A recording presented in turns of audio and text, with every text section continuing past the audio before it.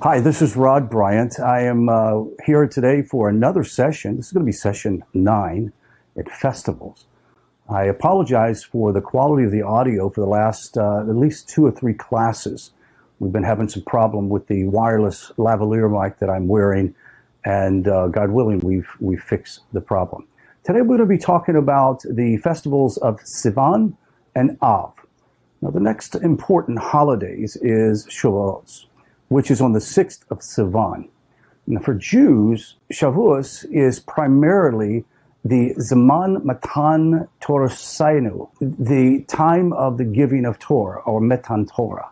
However, for Noahides, it carries a different, yet quality important connotation. Now, in this session, we're going to look at Shavuos and the remaining holidays of the year from a Noahide perspective, and I'm sure that you're very interested. The Noahide covenant and man is going to be focused on here. Now, to understand the Noahide significance of Mount Sinai, we must place it within the context of God's historical relationship with man. When God created man, he did with a number of hopes and expectations. However, God also gave man free will. And by giving man free will, God also gave man the ability to disappoint him, as well as to please him. As a result, the God-man relationship is never a static one. It is constantly in flux as man provokes God, and God responds, and God provokes, and man responds with tshuva. And the history of mankind since the beginning of creation is a chronicle, really, of this dynamic relationship and evolving relationship. Let's look at the time frame, per se. The first year, which would be circa 3760, God creates man. The Noahide laws are implemented, either all or in part. They're communicated to Adam and Eve. Now, this constitutes the first covenant with man. Then after that is year 536 through 2225. By this time, man had completely forgotten and willfully ignored the original covenant. This was the state before or prior to the flood. The world is completely corrupt, and man follows his desires. Whatever he thinks he wants to do, he'll do. And he does this in impunity against the will of God. In this year, Noah begins the construction of the ark. Now let's skip ahead to 1657 to 2104. Noah and his family had remained in the ark for a full solar year. This means after the flood or after the rains began to fall, they were in the ark for a year. And this would be a really interesting study for those of you who are very new to Torah Judaism and to Torah understanding. It's a very complex deal of mathematics, but it's still, when you see it laid out month to month and realize that each month throughout a year demonstrates a time of God's judgment on the earth, it's pretty profound. Noah, his family, and all that was with him exited the ark on the 27th or 28th of Cheshvan. Sometime during the waning days of Cheshvan and the first days of Kislev, Noah and his sons named the constellations in the sky. Noah also gave offerings from clean animals. Now, at this time, God was appeased and resolved to never again destroy the world on account of man. We remember this as Noah approached the altar. It says that he pleaded to God in a speechless or verbaless prayer, but one that was deep within his soul, deep within his mind, in which he made an appeal to God that if you want me to continue on with this mission, you're going to have to deal with us from your mercy. Now, God designated the rainbow, as we learned in prior lessons, as a sign of the covenant. God also commanded, and according to some, only modified the last 7 universal laws. The commandment against eating meat from the limb of a living animal. Prior to this, mankind did not eat the limb of an animal, or did not eat animals. And Noah and his descendants were also granted all living things as food. Now, when we see the term all living things as food, there could be room for some question and answer during our Sunday night lectures or Sunday night Q&A session at the Nativ Zoom class. If you'd like to join us at 4 p.m. Central Standard Time, we would love to see you come and ask your questions according to the classes you're studying. Now, we're going to go on just a little bit more to 1996 to 1765. With only a few hundred years, the world had actually fallen back into idolatry, and with the exception of a very few individuals, the Noahide laws had become forgotten. In this year, the peoples of the world were dispersed and their languages mixed as a result of the Tower of Babel. Now, according to many, it was at this time that Abraham recognized God's complete unity. God also recognized the uniqueness of Abraham. God's relationship with Abraham ascended as the world fell deeper and deeper into idolatry and immorality. Therefore, God chose to make a new covenant with Abraham alone. In this year, the Bris Bein Habasarim, the covenant of the parts, is made with Abraham. This covenant of parts had mainly to do with the covenant that God would give Abraham's descendants the land of Israel. Now, in 2048, 1714, the covenant of circumcision is made with Abraham. 4 to 1677, Abraham and Isaac, his 36 or 37-year-old son, were tied to the altar. It's called the Akedah, the binding of Isaac. Now, the special relationship is further established with God from this very act. 85 to 1576, Yaakov's dream of the ladder. At this time, God continues his covenant with Jacob. It's just a continuation. In 2238 to 1523, Jacob and his family descended into Egypt. Egypt is a furnace of idolatry, magic, necromancy. Everything that you can think of is antithetical to the faith of Abraham, Isaac, and Jacob. Nevertheless, in this, the capital city of spiritual impurity, despite 210 years of slavery and oppression, the descendants of Yaakov, known as the children of Israel, maintain their monotheism and their allegiance to the one true God of their fathers, Abraham, Isaac, and Jacob. 448 through 13, God redeemed the children of Israel from Egypt. He leads them to Sinai, where he established an eternal covenant with the entire people and reveals the Torah. Although Israel was God's primary concern at Sinai, it was not only God's only concern. By the time Sinai and the rest of the world had entirely abandoned Noahide laws, with Israel's triumph of faith, God took a new hope in the future of creation as he commanded Israel in the Torah. He also seized the opportunity to reaffirm the Noahide laws and command them anew to the whole world. From Sinai onward, God's expectation for humanity was to observe the Noahide laws, not because of their having been commanded to Adam or Noah, but because of their having been affirmed to Moses at Mount Sinai. Remember, the people of Israel were called priests to the nation. There was a reason why that God gave this and reaffirmed it through Moses. From this time onward, the Noahide laws were to be bound up with and subject to the interpretation and the study of Torah as revealed and entrusted to the Jewish people. Although the 7 Noahide laws were commanded to the world in the times of Noah and Adam, as part of God's evolving relationship with men, their final form was established at Sinai. For Noahides today, Sinai is the origin and purpose and motivation for keeping the Noahide laws. This is the reason for Maimonides' words in Mishnah Torah. He states, all who accept the Sheva Mitzvot, the 7 laws, and are careful to observe them are called the pious people of the world, and they have a share in the world to come. This is provided that one accepts and observes them because they were commanded to him by the Holy One in his Torah and reaffirmed by Moshe. However, one who observes them based on the intellectual reason alone is neither called a ger toshav nor a pious person of the world. He is rather a wise man, a wise one of the Gentiles. Shavuot, or Shavuos, is the anniversary of the giving of Torah.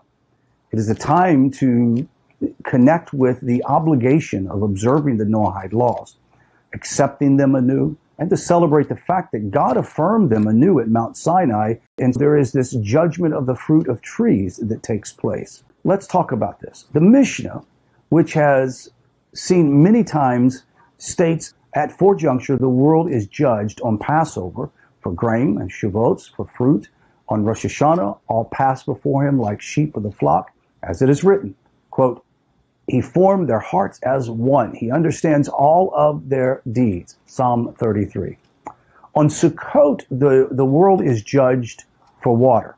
On Shavuos, the world is judged upon fruits. As such, it is appropriate time to pray for the produce of trees. Observance of Shavuos actually begins at nightfall on the preceding evening. Now, there is a custom to decorate the synagogue with greenery and flowers in commemoration of the revelation of Sinai and at the mountain, full of greenery.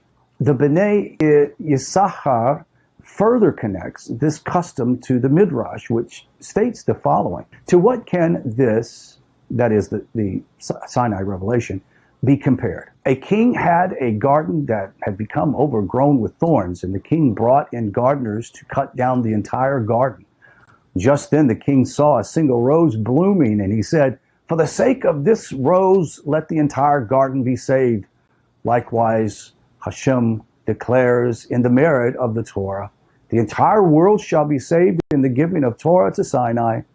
God took renewed hope in the world. This is affirmed by the fact that the Noahide laws were commanded to the world at Sinai. It is therefore appropriate for Noahides to decorate their places of worship or their home for the holidays in accordance to this midrash and the other seasons that we have stated. Since this is the anniversary of God's affirmation of the Noahide laws to the world, this is appropriate time for both the individually and community accept and affirm the Noahide laws. This acceptance does not require a beis din or a witness, but may be done individually or personally. There is actually no set text as an acceptance. Indeed, Maimonides states that this is a matter entirely dependent upon the heart of the individual. However, should one wish to make a public declaration of his faith, there is a following text that is suggested, and it reads as this. If you'd like to follow along in your notes or make a copy of this and you haven't made this declaration, this is a great way to do it. It states, I accept upon myself the 7 commandments of the children of Noah, including the general and specific prohibitions of idolatry, murder, theft, sexual immorality, blaspheming, eating of flesh torn from a living animal, and the general and specific commandments to establish a system of justice as commanded to Noah, Adam, and their descendants by the mouth of the Holy One, blessed be He, Creator of the universe, as reaffirmed and transmitted by His servant Moshe at the giving of the Torah at Sinai. Isn't that beautiful? Now then, prayer should be expressed, the desire that the entire world acknowledge the revelation at Sinai and come to accept the Noahide laws. As a matter of fact, this should be the prayer of every Noahide. Each night they go to bed and each morning they wake up, is that the nations would accept the Noahide laws and come to know the one and true creator of the universe. Prayers also include petitions for favorable judgment upon the produce of the trees. There is a Jewish custom to remain awake for the entire night of Shavuos. Have you heard this? Studying Torah in anticipation of the arrival of daybreak. There are a number of reasons for this custom, many of which connect directly to events relevant to Israel. The Magen Avraham, for example, explains it this way. It says the Zohar says that the early pious ones would stay awake all night at Shavuos and learn Torah. Nowadays, our custom is for most learned people to do. Perhaps the reason is based on the fact that the Israelites slept all night long and God had to wake them up when He wanted to give them the Torah at Sinai, as it says in the Midrash, and therefore we must repair this. That is, repair the problem of sleeping through the night when Hashem wanted to give the Torah. The Midrash records that Israel overslept in the morning of receiving the Torah. And for this reason, the purpose of the Magen Avraham, the Jews remain awake all night on Shavuos. However, the Zohar also records another reason for this custom.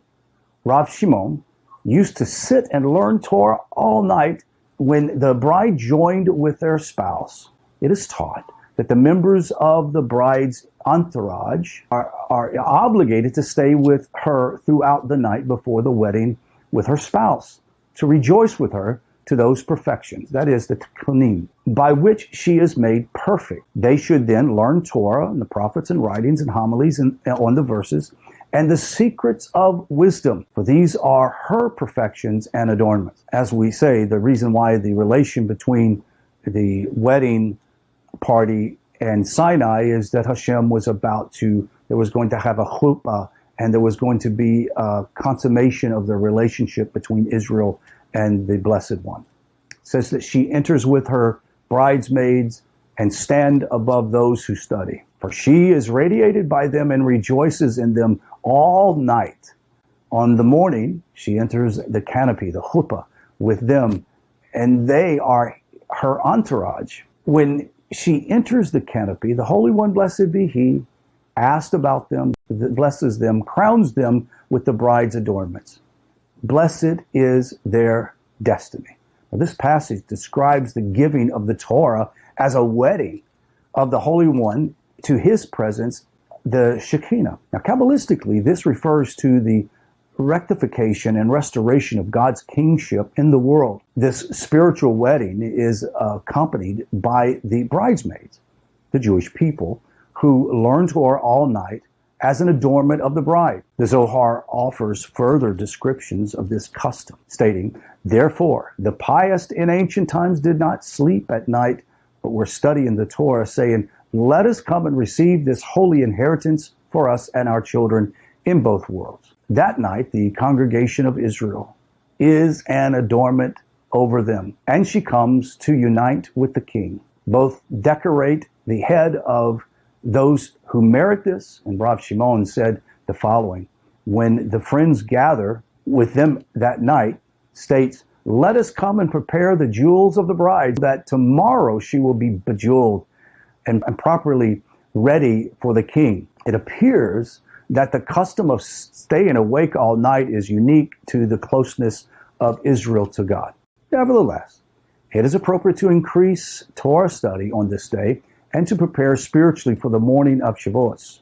It is therefore appropriate to gather and study, that is, the Noahide laws and Midrashim pertaining to the Noahide laws and the giving of the Torah until late at night. The morning prayers should be held early as well, and we call Tish B'Av, which is important here, the ninth of Av, that is Tish B'Av, the ninth day of the month of Av, is the darkest day on the Hebrew calendar. Let's talk about that for a moment.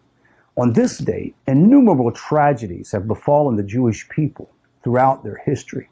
Most importantly, both of the holy temples were destroyed on this day, about 500 years apart. However, this day was fixed as a time of mourning long before, while Israel still wandered in the wilderness. The Lord spoke to Moses, saying, quote, send out for yourself men who will scout out the land of Canaan, which I am about to give the children of Israel. You shall send one man each for his father's tribe. Each one shall be a chieftain in their midst. Moshe sent them from the desert of Paran by the word of Hashem.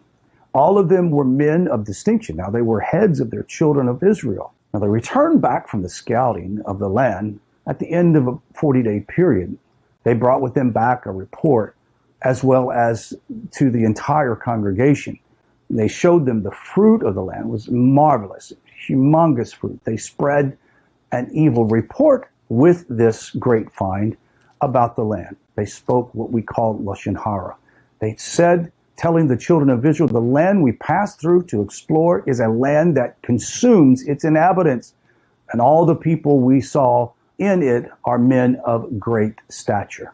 The entire community raised their voices and shouted, and the people wept on that night. The Midrash continues on to explain that God, upon hearing his people weep, said, since you have cried on this night for no reason, I will give you a reason. Because of the Lashon Hara, the evil speech that was perpetrated on this day against the land of Israel, the 9th of Av became a designated day of sadness for all future generations. Let's examine the Jewish observance of Tish B'Av. Tish B'Av the ninth day of Av, is the day of mourning for the Jewish people, not only for the temple, but for all the tragedies in their history. Although a Holocaust Memorial Day has been recently established, it is not acknowledged by most observant Jews. Rather, they remember the Holocaust among all other tragedies on Tisha B'Av. This is because Tisha B'Av is the root, the source of all of these tragedies. On this day, Jews fast from sundown until after sundown. Additionally, they gather in the synagogues and recite laments while seated upon the floor. There is a number of observances expressing mourning that are kept as well. For example, Jews do not greet each other on this day. Additionally, they do not wear leather shoes or bathe. For Noahides who do not share this tragic history of the Jewish people, they cannot relate to much of the meaning of this day. However, Noahides do share in the most fundamental concern for the day, the mourning and the destruction of the Holy Temple. Tisha B'Av and Noahides mourning the temple is an important concept. Through the service and responsibility the temple was given to the Jewish people, the temple was of benefit to the entire world. In fact, the sages tell us, if the nations of the world had only known how much they needed the temple, they would have surrounded it with armed forces and kept it as a fortress to keep people out, to protect it. On Tisha B'Av, Noahides who wish to fast in mourning for the temple certainly can do. However, it is suggested that this only be a half fast from sunset until noon of the following day. Additionally, it is appropriate to compose and recite laments or lamentations upon the destruction of the temple. And these should be appropriate for the Noahide relation to the temple. Here, let's look at the point of action, what we call the Noahide Kinos. The Jewish laments for Tisha B'Av, called Kinos, are mostly relevant only to Jewish history and the Jewish experience. It is appropriate for Noahides to compose their own Kinos, that is, laments for the day. These should be recited both at night and in the morning prayers. Tisha B'Av is an opportunity to recognize the importance of the temple and to express to God the desire to right the wrongs of the world. A service for the Noahide commemoration of Tisha B'Av is being drafted as part of this course, and at some point we will be able to share this with you. With this knowledge of this class, we learned that these two very important days, though seem to speed by very quickly, are very important not only to the Jewish people, but to the Noahide. I would like to add one caveat to this class, and that is many Noahides who have made the decision to leave their religion have also cut themselves off from many of their friends and family, not because they wanted to, but because their family has rejected them. They've known a lot of loneliness and suffering. Some people have even lost their jobs over their separation from their religious beliefs to accept the one God of Abraham, Isaac, and Jacob as their spiritual teacher. When they have done that, they have also suffered greatly because of this. Nowhere near the Jewish people. However, the Noahides have a great affinity and love for the Jewish people, and they're very cognizant of the suffering that the Jews have gone through over all these many centuries. If you'll ever find, and for those of my Jewish friends that will be taking this course, you will find that a true pious individual of the nations truly loves Hashem, truly loves the Jewish people, and wants to see the restoration of his holy temple. That concludes this class. Until next one, we'll talk to you later. Leitrot.